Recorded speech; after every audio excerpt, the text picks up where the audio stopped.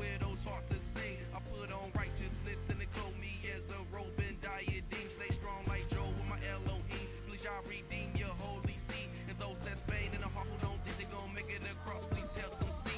See y'all, keep going in the strength of y'all. Whenever I fall, he make me rise. Wipe my tears when they make me cry. Carry me on when they break my stride. Keep going in the strength of y'all. I'ma keep going in the strength of y'all. I'ma keep going, I'ma keep going, I'ma keep going in the strength of y'all. Keep going in the strength of y'all. Whenever I fall, he make me rise. Wipe my tears when they make me cry. Carry me on when they break my stride. Keep going in the strength of y'all. I'ma keep going in the strength of y'all. I'ma keep going, I'ma keep going, I'ma keep going in the strength of y'all. When the lights get dark, Yahweh keeps my candle glowing on. And when things seem like they too hard to handle, I'ma stay strong. When the lights get dark, Yahweh keeps my candle glowing on. And when things seem like they too hard to handle, I'ma stay strong. Keep going in the strength of Yah. Whenever I fall, he make me rise. Wipe my tears when they make me cry. Carry me on when they break my stride. Keep going in the strength of Yah. I'ma keep going in the strength of Yah. I'ma keep going, I'ma keep going, I'ma keep going in the strength of Yah. Keep going in the strength of Yah. Whenever I fall, he make me rise. Wipe my tears when they make me cry. Carry me on when they break my stride. Keep going in the strength of Yah. I'ma keep going in the strength of Yah. I'ma keep going, I'ma keep going, I'ma keep going in the strength of Yah.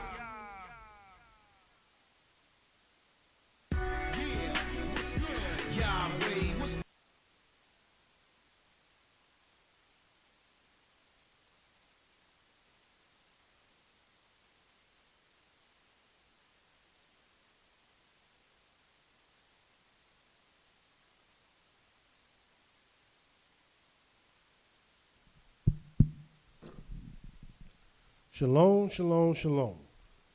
First and foremost, giving all praise and honor to the Holy One of Israel, to the Creator of the heaven, the earth, the sea, and all that is therein is, by saying hallelujah. Praise the mighty Yah. Yah is righteous, Yah is holy, and let Yahweh be magnified. Once again, the Creator has allowed us to come before you another day, bringing to you his great, holy, and exalted words, even the words of truth. My name is Mowreh IshYAH YIsraEL of the house of Israel, located right here in Cincinnati, Ohio, 2330 Kemper Lane, bringing to you nothing but the truth. And yes, it is true. All we're going to do is tell you the truth. For Yah ordained me to tell you the truth, and this is what I'm going to do. And who is this Yah? Yah is the creator of the heaven, the earth, the sea, and all that is therein is. Yah is the Elohim of our fathers, the Elohim of Abraham, Yitzhak, and Yisrael, whom you may know as Abraham, Isaac, and Jacob. Yah is our king, he's our judge, he's our lawgiver, and Yah is our only Savior, and not just of Israel. Yah is the Savior of the world. And again, Yahweh has blessed us to come before you another day. Today we will deal with promises and oath according to the scriptures. The other day we dealt with vows to let you know what a vow is. And what is a vow? A vow is an oath or a sworn thing that you make unto Yahweh. You cannot make a vow to your wife, nor can your wife make a vow to her husband. A brother cannot make a vow to another brother, nor can a sister make a vow to her sister. Vows are only made to Yahweh and him only. And since they are only made to Yahweh, this is what Yahweh had to say concerning a vow. We will read the book of Ecclesiastes, the 5th chapter, and this is what it says. And this is something that our people might want to consider. For it says in Ecclesiastes, the 5th chapter, the 2nd verse, be not rash with your mouth, and let not your heart be hasty to utter anything before Elohim. For Elohim is in heaven, and you upon earth. Therefore, let your words be few. And this is something we want to practice. We want to practice letting our words be few. For oftentimes when we find ourselves in trials and tribulations, when we find ourselves desiring to have such things, to be blessed in a certain type of way, oftentimes this calls us to make vows. And again, a vow is something you swear. You enter into an oath with Yahweh. And you'll find this in the 4th verse. Watch what it says. In Ecclesiastes, the 5th chapter, the 4th verse, when you vow unto Elohim, defer not to pay it, for he has no pleasure in fools. Pay that which you have vowed. Better is it that you should not vow than that you should vow and not pay. Allow not your mouth to cause your flesh to sin. Neither say you before the angel that it was an error. Why should Elohim be angry at your voice and destroy the work of your hands? So we want to be very careful in the things that come out of our mouth, especially concerning vows. Because once we make this vow, Yahweh, rest assured, are looking and expecting us to pay it. We've promised something to him. We've made an oath to him. And we promised to him. And therefore,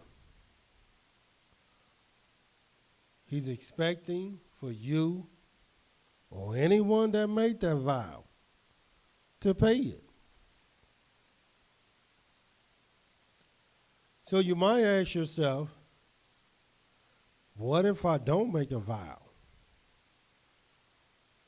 And then you ask yourself, well, what is a promise?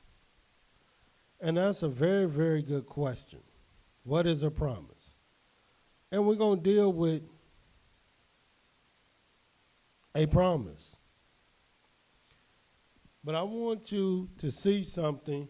I want to just see if I can locate this really quick, just to share some wisdom with you.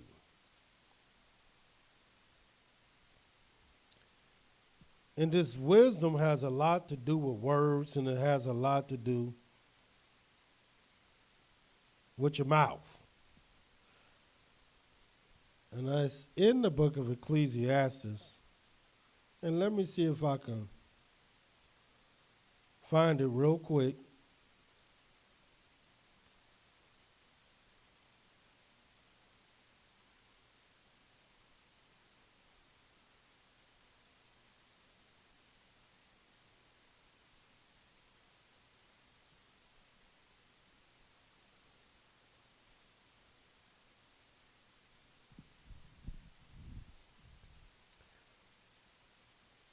And it's in the book of Ecclesiastes, the 7th chapter. And the reason why I want to read this is primarily once we get into promises and oath, this will become relevant. In the book of Ecclesiastes, the 7th chapter, I'm going to read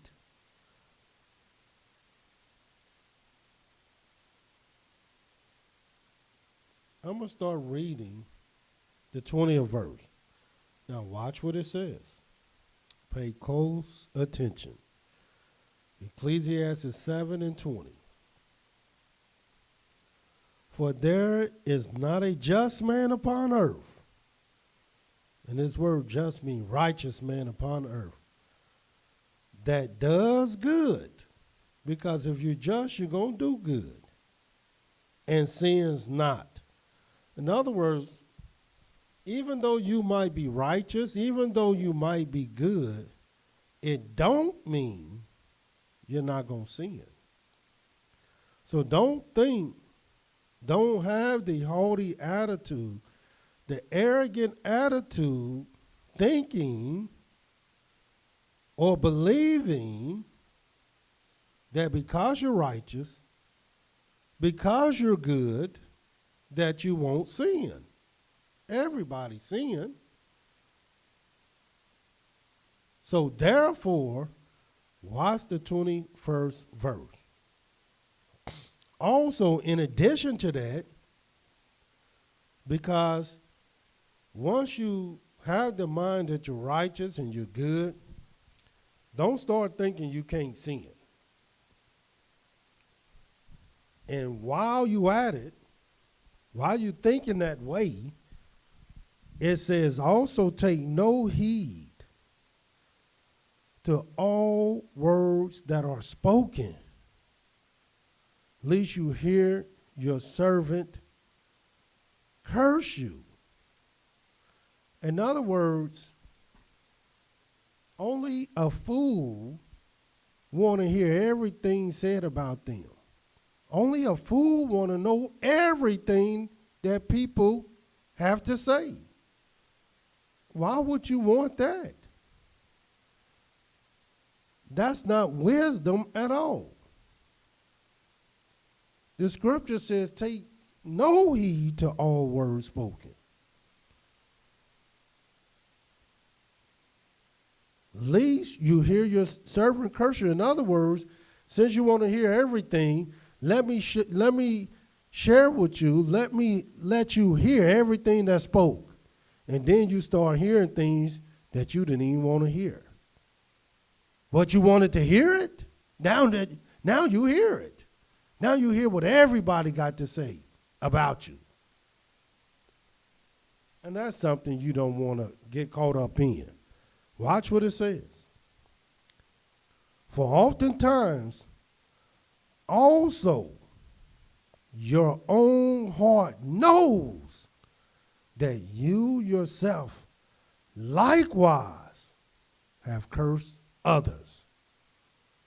Because after you get finished hearing everything that one will say about you, the words they will speak against you and about you, now, let's turn around and hear your heart.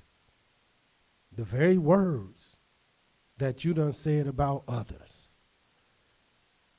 And at the point that your heart and your mouth done said everything or many things about other people, then don't allow your heart to be a hypocrite. And you mad what other people saying, but you're not mad at yourself about what your own mouth and heart done said against others. In other words, we must be balanced and have just weights. We can't have these false balances and get mad at other people when our mouth and heart done said, maybe not against that particular person, but you done said something against somebody. which is the same exact crime.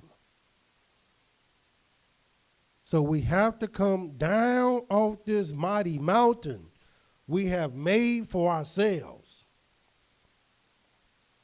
Now, why do I bring that up?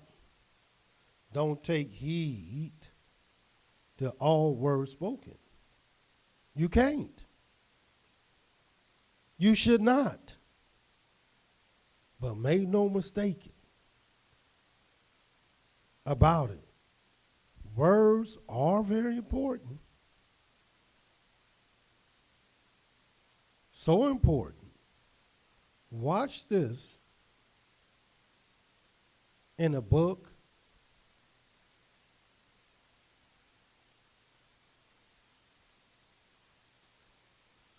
of Deuteronomy, the 23rd chapter. This is the law, because we talked about vows.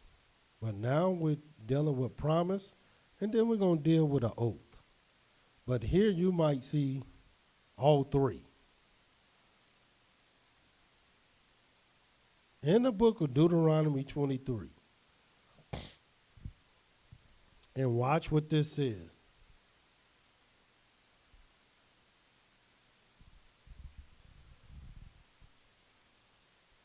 I'm going to start at the 21st verse. Again, dealing with a vow, but watch what it go into. When you shall vow unto Yahweh your Elohim, you shall not slack to pay it. This is the law. For Yahweh your Elohim will surely require it of you, and it will be sin in you. But if you shall forbear the vow, it shall be no sin in you. In other words, nobody ain't making you vow to Yahweh. Yahweh is not making you do this. You choose to do this. Watch what it says in the 23rd verse. That which is gone out of your lips, you shall keep and perform. Talking about a vow. Even a free will offering, because you freely offered this up to Yahweh. According as you have vowed unto Yahweh your Elohim, and watch what it says, which you have promised with your mouth. That's what you promise. And a vow is something that you promise or swear or make an oath to Yahweh. But what is a mere promise? You'll be surprised to know what that is. And we're going to start in Psalms 105 and show you why this thing is very important. Look here. Our enemies promised us 40 acres and a mule. Our enemies promised, according to the Constitution, to have liberty and freedom and justice for all. That don't look or sound like something that is true for many of the citizens of this country. As a matter of fact, it sounds like a lie.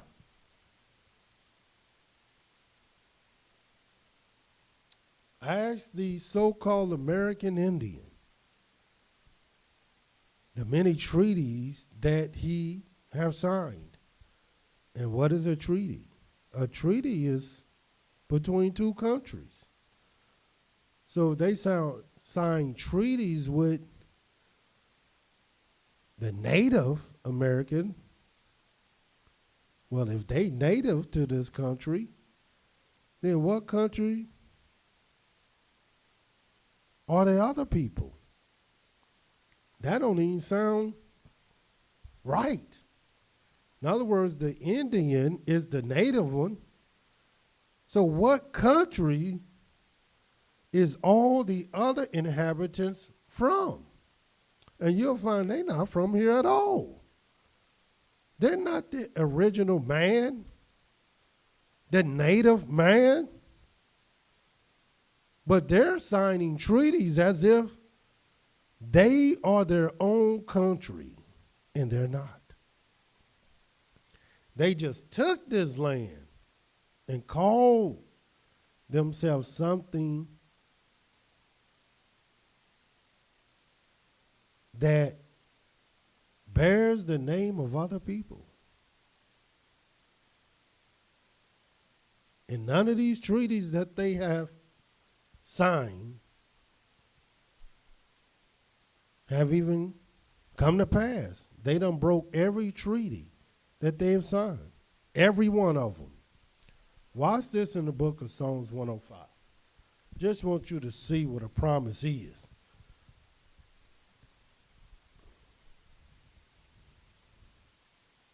And we're going to read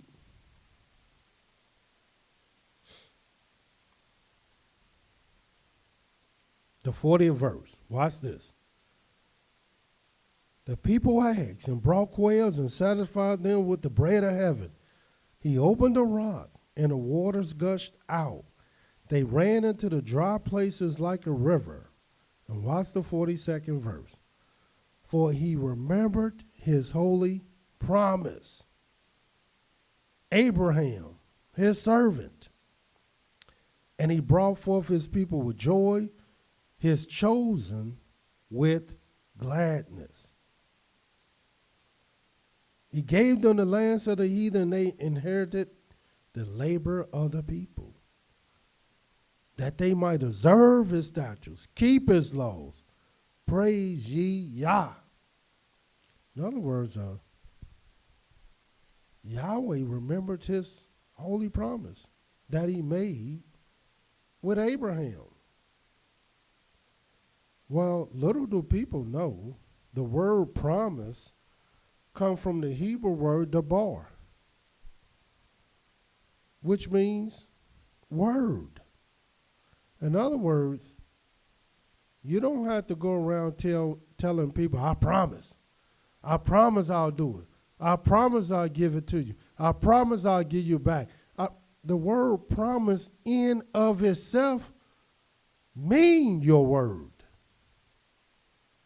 You don't have to promise nobody anything once you give your word and you say you will do such and such and such.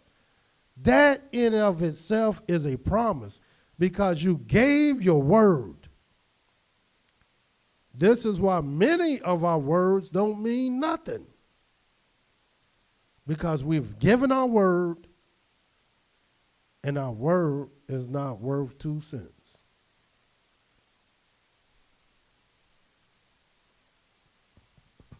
And that's bad. And many of our words don't mean nothing because we have learned some bad ways from other people. I can assure you, if we was raised differently, our word might mean something. But right now, our words mean nothing because the very word promise means word. It's the same exact Hebrew word for word. In the book of 1 Kings, the 8th chapter, watch what it says.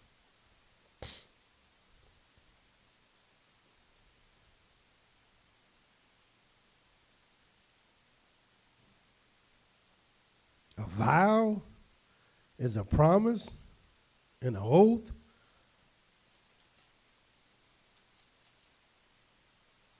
Something sworn to Yahweh.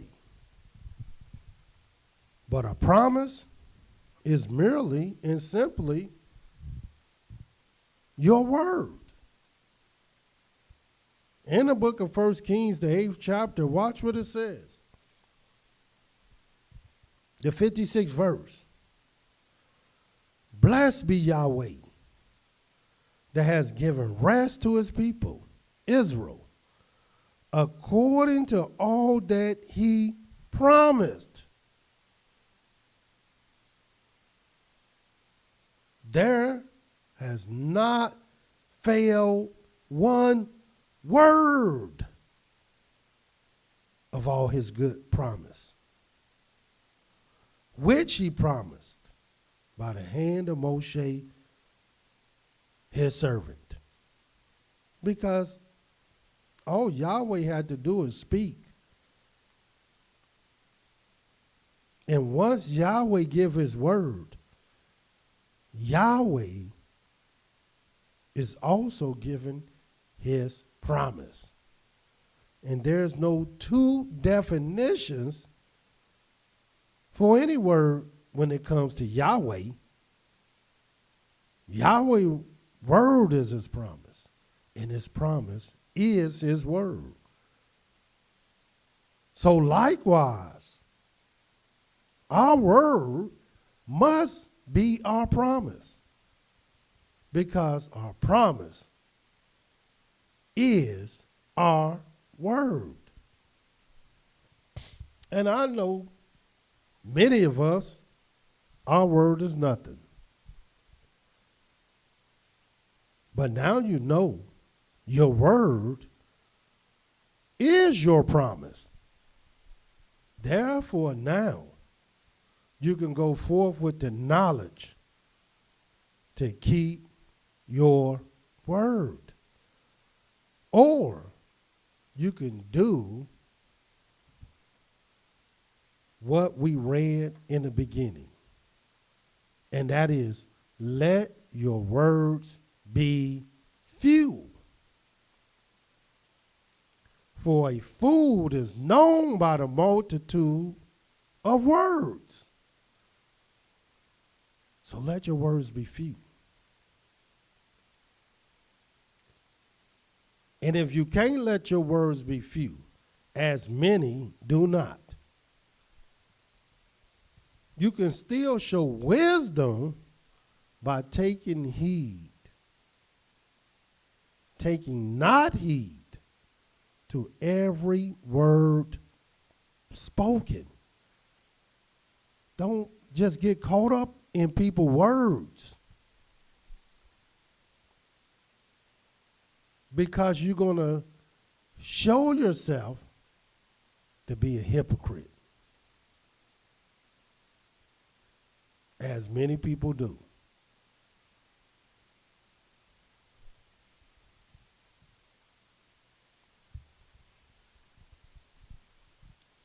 Also, in the book of 2 Chronicles, we're talking about a promise. And what is a promise? It's your word. Whether you say I promise or not, don't matter. 2 Chronicles, the 1st chapter. You don't have to say I promise. You already promised.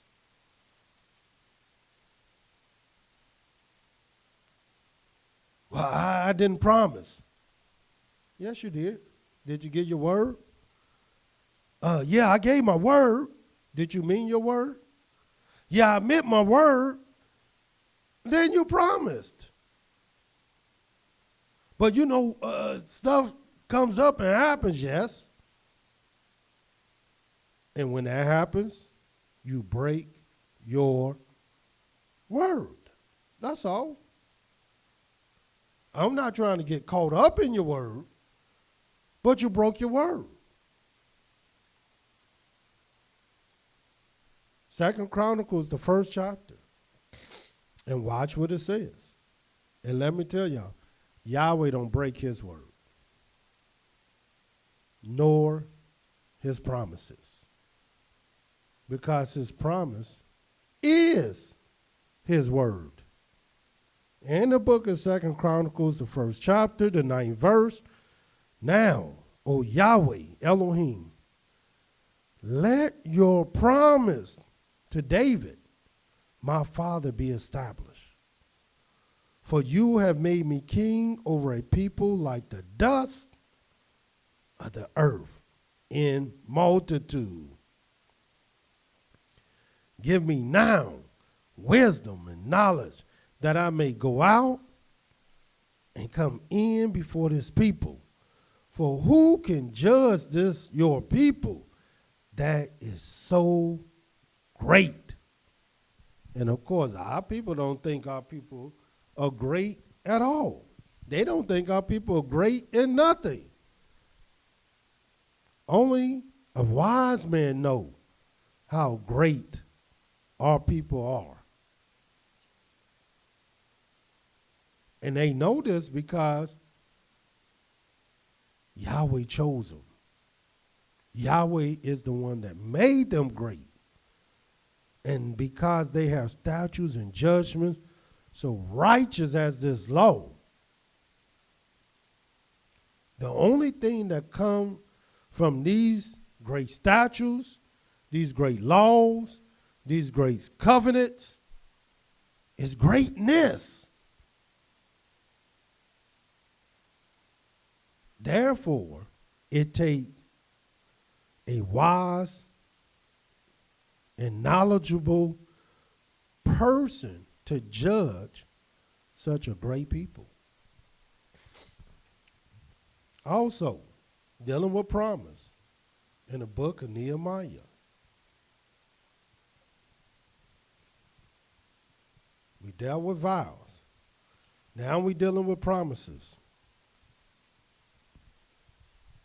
And all this can do is to elevate you and make you become great. Because now you can see what your word really means. Your word is a promise. And your promise is your word. Watch what it says in the book of Nehemiah, the 5th chapter.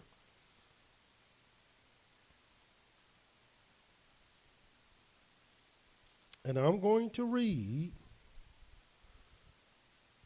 the 12th verse. And this is what it says. Then say they, we will restore them and will require nothing from them. So will we do as you say. Then I called the priest and took an oath from them that they should do according to this promise. Because a promise can be made from one man to the other. A promise is your word. It says, also I shook my lap and said, so Elohim shake out every man from his house, from his labor, that performs not this promise. Even thus be shaken out and empty. And all the congregation said, amen, and praise Yahweh. And the people did according to this promise. And again, this promise comes from the Hebrew word dabar, which means your word. You give your word, you promise it. You promise, fulfill it. Or let your words be few. That's all. You don't got to talk all the time. I know a lot of people that's quiet. You don't have to say everything. You don't have to talk about everything. You don't have to give your word about everything. You can say, let me not give my word on this matter.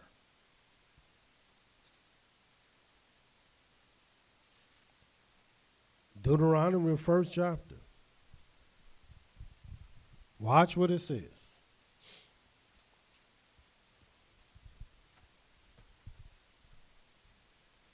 In the book of Deuteronomy, the 1st chapter,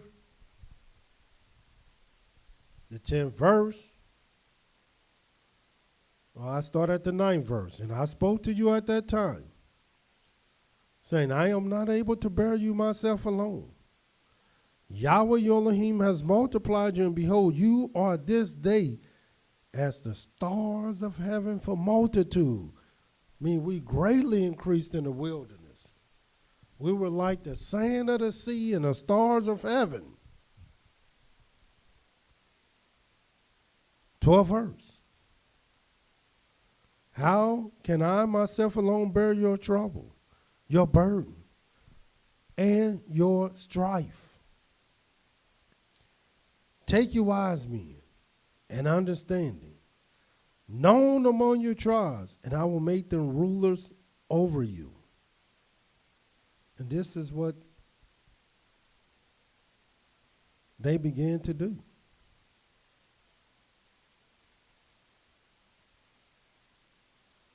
And I'm going to read this 11th verse again. It says, Yahweh Elohim of your fathers make you 1,000 times so many more as you are, and bless you as he has promised you.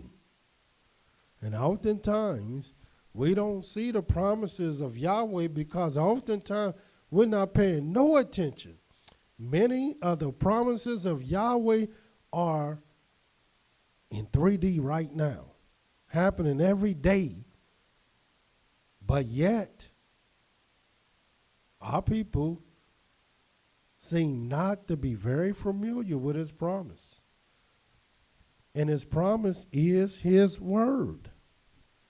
So therefore, a lot of things happening that they will not even acknowledge. And it's understandable, for they don't know his word. In the book of Deuteronomy, the 6th chapter,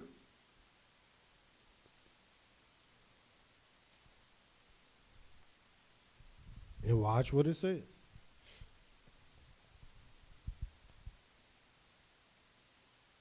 And we're going to read, starting at the very first verse. Now these are the commandments, the statutes, the judgments, which Yahweh your Elohim commanded to teach you, that you might do them in the land where you go to possess it, that you might fear Yahweh your Elohim, to keep all his statutes and his commandments, which I command you and your son and your son's son, all the days of your life, and that your days may be prolonged.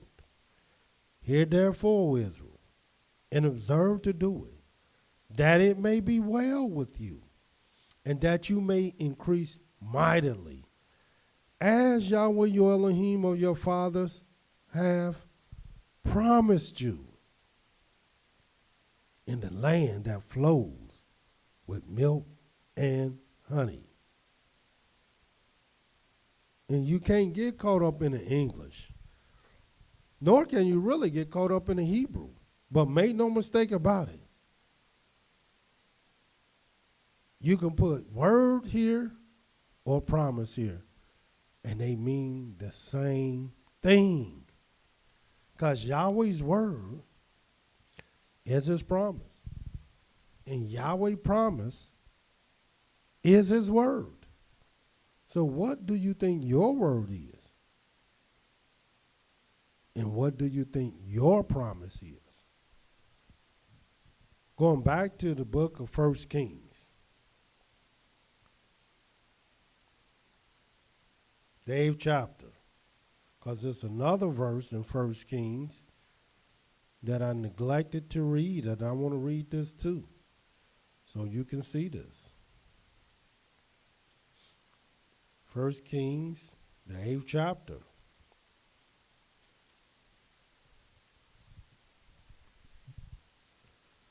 And this is what it says.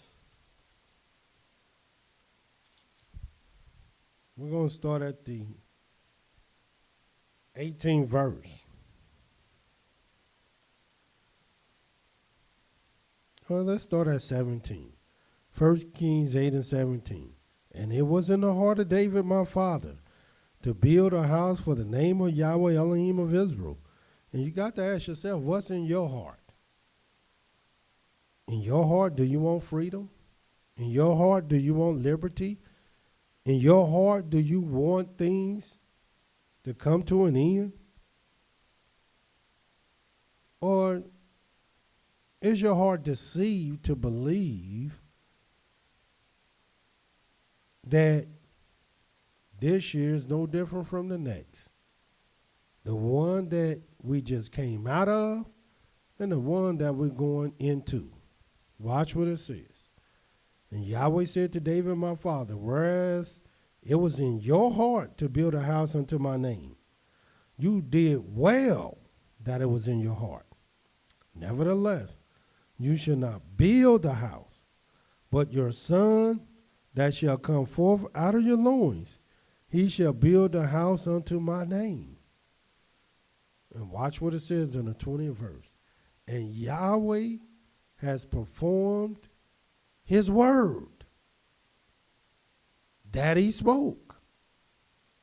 And I have risen up in the room of David my father and sit on the throne of Israel, as Yahweh promised. Because Yahweh's word that he spoke is Yahweh's promise that he made. And have built a house for the name of Yahweh Elohim of Israel. Excuse me. And watch what it says. Still in 1 Kings, the 8th chapter.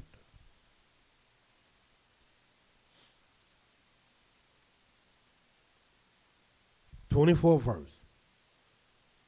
Well, we're going to go to 23. And he said, Yahweh Elohim Israel, there is no Elohim like you. Watch what it says now. In heaven above or on earth beneath, who keeps covenant and mercy with your servants that walk before you with all their heart. And oftentimes we don't understand why things don't happen with us, because we're not walking with Yahweh with all our heart. So when we don't find the mercy that we're looking for, and things not happening for us, well, check your heart. Watch what it says.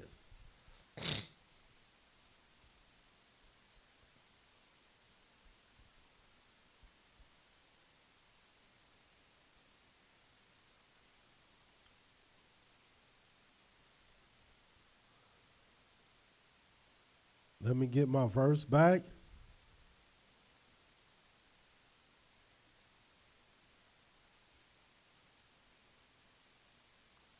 Twenty-fourth verse. Watch what it says. Who has kept with your servant David my father, that you promised him. You spoke also with your mouth, and have fulfilled it with your hand, as it is this day.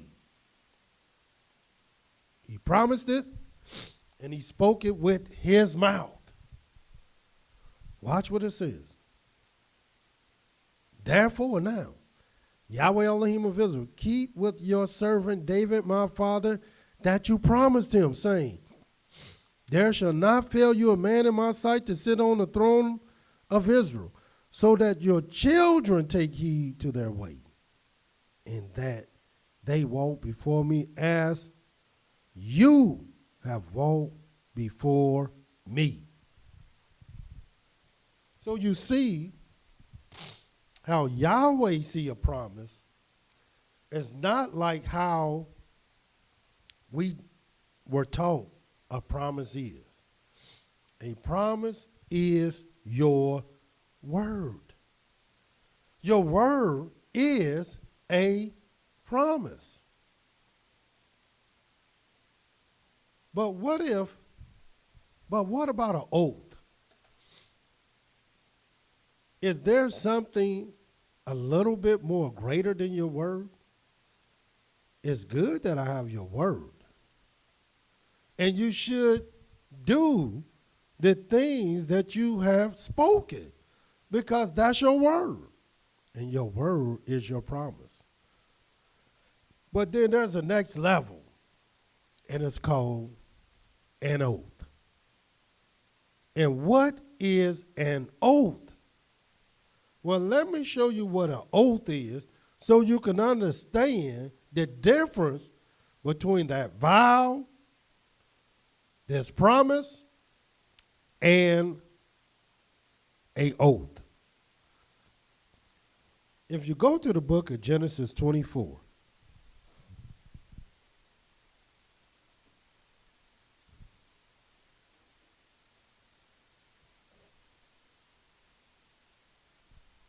in the book of Genesis 24, I want you to see this. And I apologize, this air condition is not my friend, and we have a lot of air going on in this room. Genesis 24.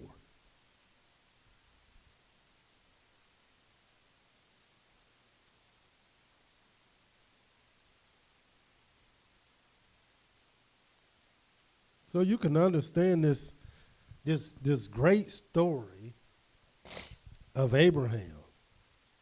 We're going to start at the very first verse. Give me 1 second.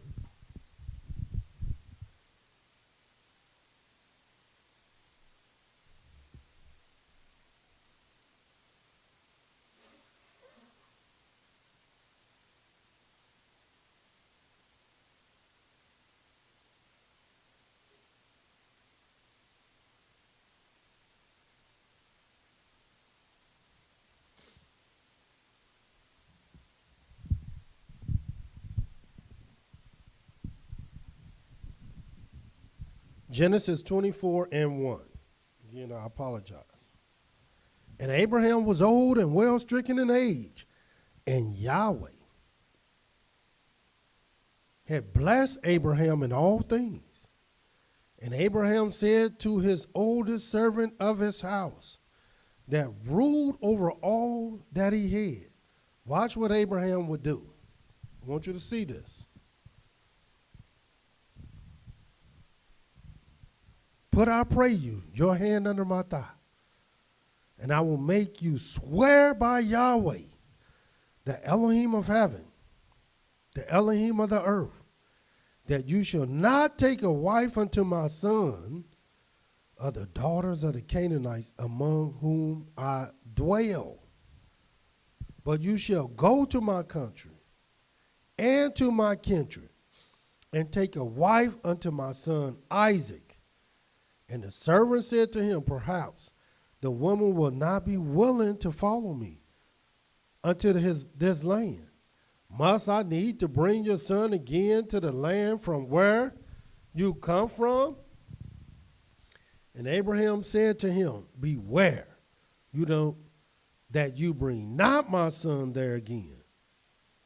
Yahweh Elohim of heaven, which took me from my father's house, from the land of my kindred, and which spoke unto me, and that swore unto me, saying, unto your seed will I give this land. He shall send his angel before you, and you shall take a wife unto my son from there. And if the woman will not be willing to follow you, then you shall be clear from this my oath. Only bring not my son there again. In other words, what is an oath? An oath is something that you swear by. It's a sworn thing. And according to our law, when you swear and you do a sworn thing, you only can swear in the name of the Most High. That's it. That's the law. So you might promise something, but then there's another level. And the next level is your oath. And you might say, brother, I know your word is good, but this thing I need you to swear to. Well, I can't swear. Well, I'm going to need somebody else to do this thing because I need somebody to swear to this. Watch what it says. In this same Genesis 24, We're going to read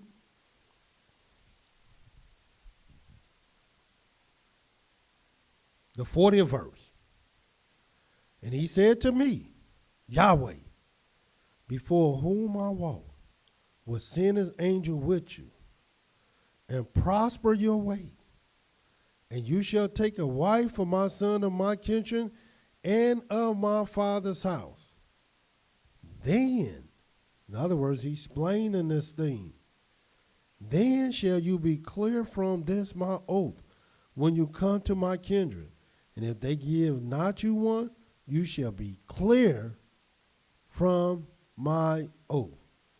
And I came this day to the well and said, O Yahweh Elohim of my master Abraham, if now you do prosper my way which I go, behold, I stand by the well of water, and it shall come to pass that when the virgin comes forth to draw water, and I say to her, give me, I pray you, a little water of your pitcher to drink. And she says to me, both drink you, and I will also draw for your camels. Let the same be the woman whom Yahweh has appointed out for my master's son. And that's exactly what she did. Because he prayed to Yahweh, and Yahweh answered his prayer.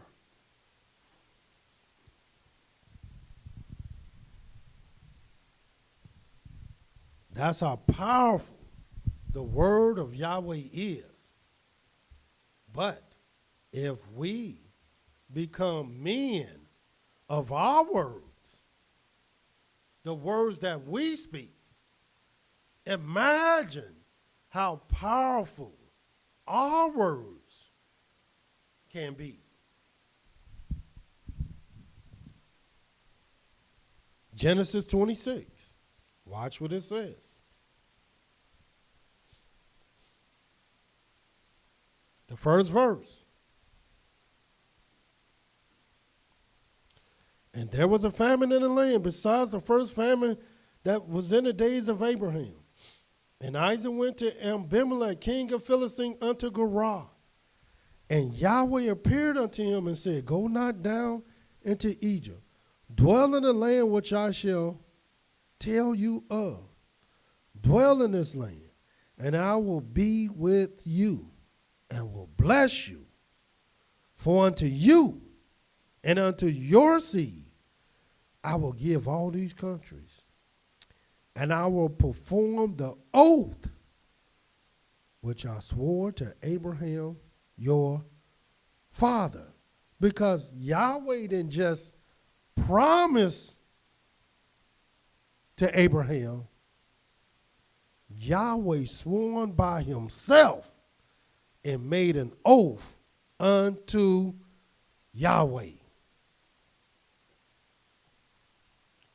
This is how powerful Yahweh will become. This is how powerful Yahweh's word is. And this is something that we have to learn. And they said the sound is low. Turn that up for me.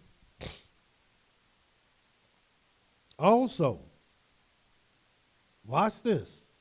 In the book of Genesis 50. Genesis 50.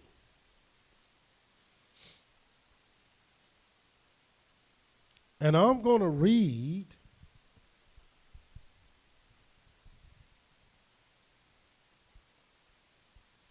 start at the 24th verse.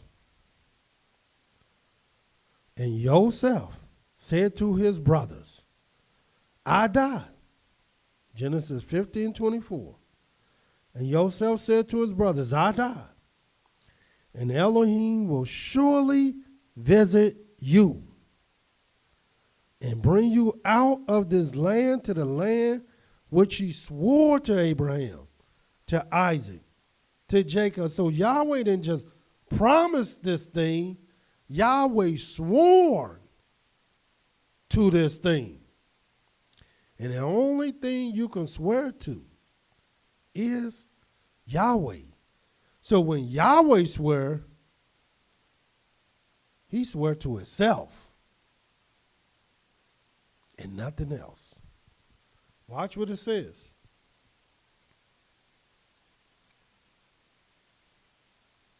25th verse. And Yosef took an oath of the children of Israel. In other words, he didn't want just a bunch of promises.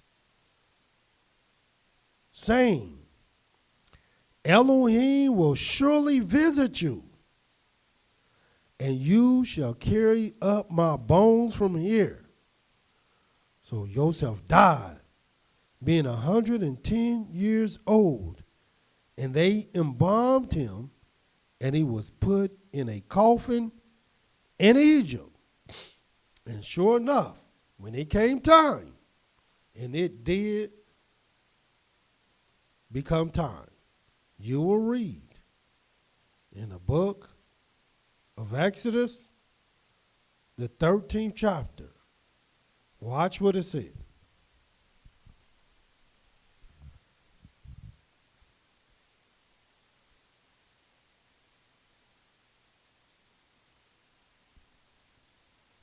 And I'm going to read the 19th verse.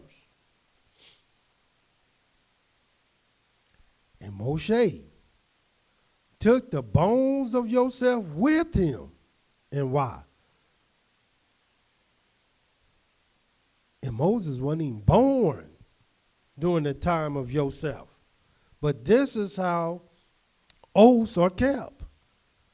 This oath was made generations ago, many years ago.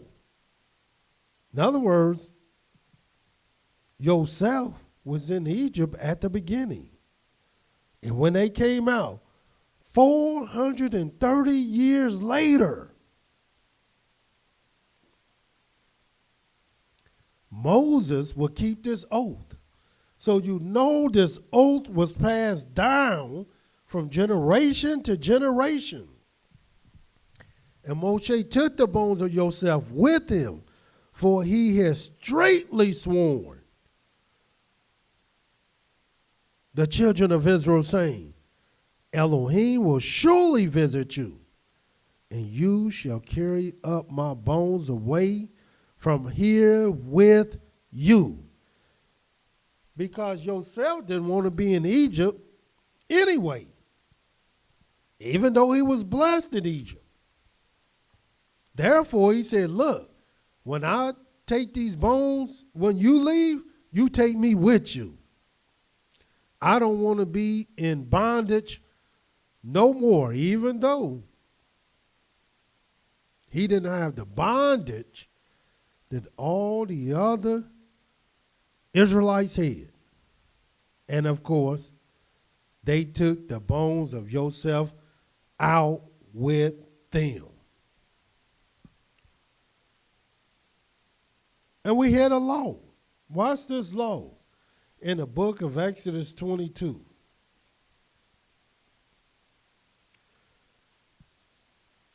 We started out with vows. And a vow is a promise, a sworn oath unto Yahweh.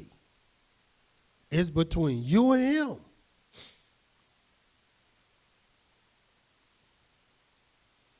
But a promise is your word. And your word is a promise. But an oath is your sworn word to a thing in the name of Yahweh. In the book of Exodus, the 22nd chapter, watch what this says. The 10th verse. If a man delivers to his neighbor a donkey, or an ox, or a sheep, or any beast to keep, and it dies, or is hurt, or driven away and no man seen it. Watch what's supposed to happen. 11th verse. Then shall an oath of Yahweh be between them both, that he has not put his hand to his neighbor good, and the owner of it shall accept thereof, and he shall not make it good. And if it is stolen from him, he shall make restitution to the owner thereof. If it is torn in pieces, then let him bring it for a witness, and he shall not make it good that which was torn. And if a man borrows anything from his neighbor, and it is broken or dies, the owner thereof being not with it, he shall surely make it good. In other words, these are very laws. And then some things you just got to swear to, and you got to make an oath to. I swear this day in the name of Yahweh, such and such is not the case. Let this sworn oath be between you and I and Yahweh. And this is the law. Furthermore, in the book of Deuteronomy, the 7th chapter, speaking about an oath. And what is an oath? An oath is a sworn thing that comes out of your mouth. Whereas a promise is just your word.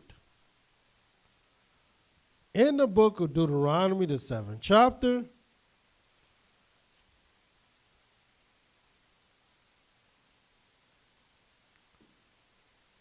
the 6th verse, this is what it says. For you are a holy people unto Yahweh your Elohim. Yahweh your Elohim has chosen you to be a special people unto himself, above all the people that are upon the face of the earth. And Yahweh did not set his love upon you, nor choose you, because you were more in number than any people. For you were the fewest of all people. But because Yahweh loved you, and because he would keep the oath which he has sworn to your fathers, has Yahweh brought you out with a mighty hand and redeemed you out of the house of bondmen, from the hand of Pharaoh, king of Egypt. And this is why we serve Yahweh. This is why we worship Yahweh. This is why we believe in Yahweh, because Yahweh keeps his oaths. Yahweh fulfills his promises. And what is his promise? His word. And what is his oath? The thing that he has sworn by himself.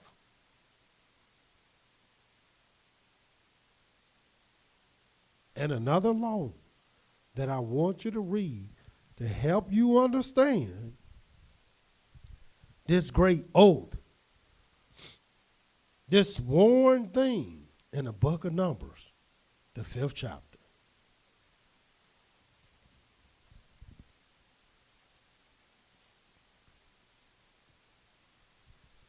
And we're going to start reading in Numbers 5.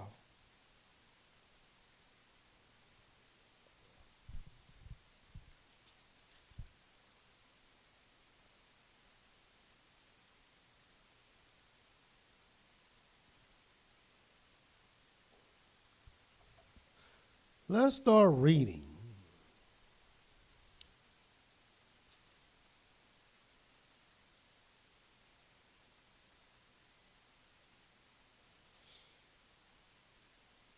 At the 11th verse, and watch what it says.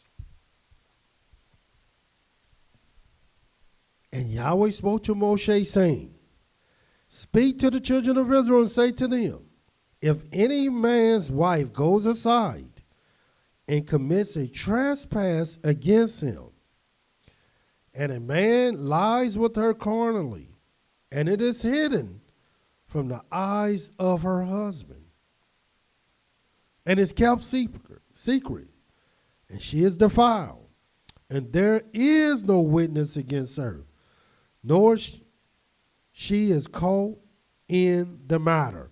In other words, she wasn't caught doing the wrong. Nobody seen her doing the wrong. Nobody said that she was doing wrong. But a certain spirit came upon her husband. And when this spirit comes upon her husband, look what the scriptures call this spirit in the 14th verse. And the spirit of jealousy comes upon him, and he is jealous of his wife, and she is defiled. Or if the spirit of jealousy comes upon him, and he is jealous of his wife, and she is not defiled. In other words, just because you're jealous don't mean someone is guilty. All it means is you are jealous. But that does not determine your guilt. And you won't read where once you become jealous, now I'm a sneak around him. Now I'm going to follow him. Now I'm going to do this and now I'm going to do that. No, we're Israel. We are a holy people unto Yahweh. We don't be like heathens, nor do we lean to our own understanding. It lets us know exactly what we are to do when a man becomes jealous. Watch what it says. Then shall the man bring his wife to the priest, and he shall bring her offering for her, the 10th part of an ephah of barley meal. He shall pour no oil upon it, nor put frankincense thereon, for it is an offering of jealousy, an offering of memorial, bringing iniquity to remembrance. And watch what happens. Because this is a serious thing. And the priest shall bring her near, set her before Yahweh. And the priest shall take holy water in an earthen vessel, and of the dust that is in the floor of the tabernacle, the priest shall take, and put it into water. And the priest shall set the woman before Yahweh, and uncover the woman's head, and put the offering of memorial in her hands, which is the jealousy offering. And the priest shall have in his hand the bitter water that causes the curse. Watch the 19th verse. And the priest shall charge her by an oath, and say to the woman, if no man has lain with you, and if you have not gone aside to uncleanness with another instead of your husband, be you free from this bitter water that causes the curse. But if you have gone aside to another instead of your husband, and if you are defiled, and some man has lain with you besides your husband, then the priest shall charge the woman with an oath of cursing. And the priest shall say to the woman, Yahweh makes you a curse and an oath among your people. when Yahweh does make your thigh to rot and your belly to swell. And what this is, a lot of people have this issue today and they don't even know why. Why their thighs have rotted out. They have no control over their thighs, like there's no muscles at all. Stomach jacked up. And they don't know why. Maybe this is it. Maybe it's not.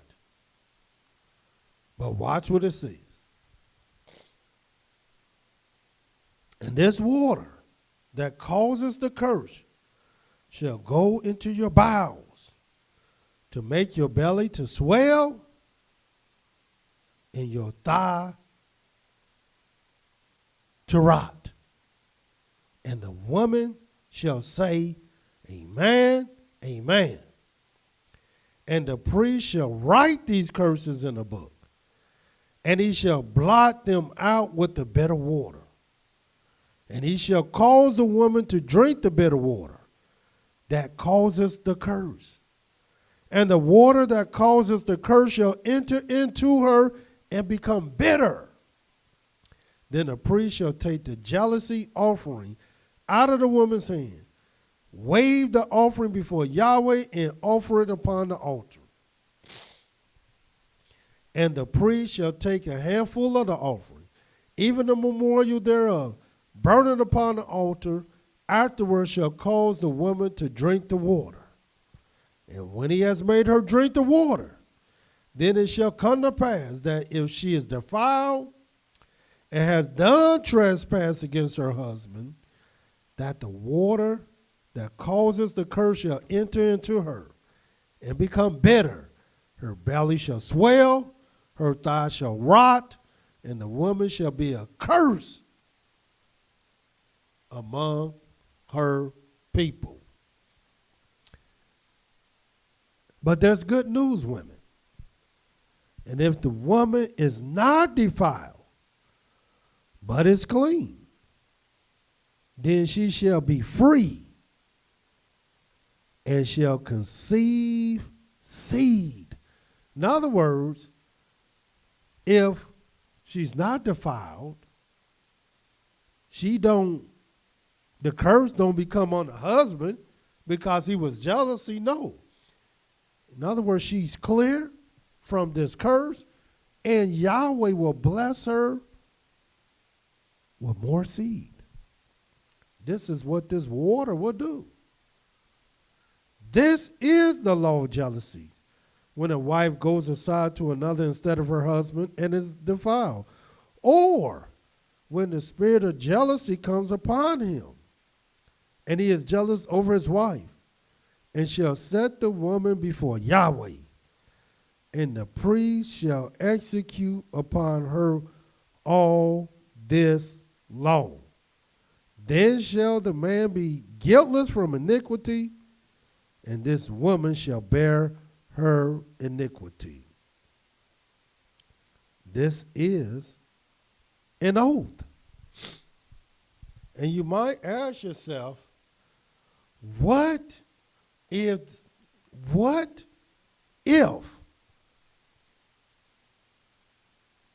the woman become jealous of her husband? What shall the husband drink?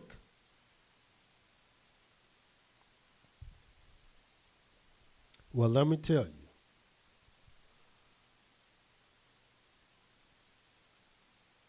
A good bottle of scotch. And I'm just kidding. He drinks nothing. This is an oath. This is a promise. And this is vows. So until tomorrow, Yahweh love you, and so do I. Shalom.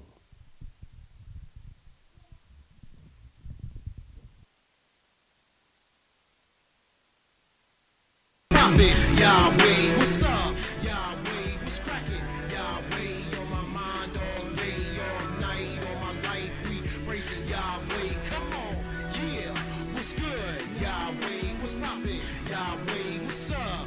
Yahweh, what's crackin'? Yahweh, on my mind all day, all night, all my life, we praising Yahweh. Come on. From the start it was Yahweh. He took me from the dark, put him in my heart. So Yahweh, got my mind Yahweh. Show me the times and the laws, the flaws of myself Yahweh. Let me know to turn to him, only glory Yahweh. Never bragging anything unless it be Yahweh. He the most high, he my king, he my lawgiver, he my savior.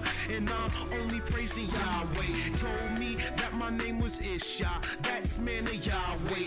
All fire of Yahweh, whatever it be, you know I rep Yahweh. On my wrist, what does it say? It say praise Yahweh. Y'all can walk another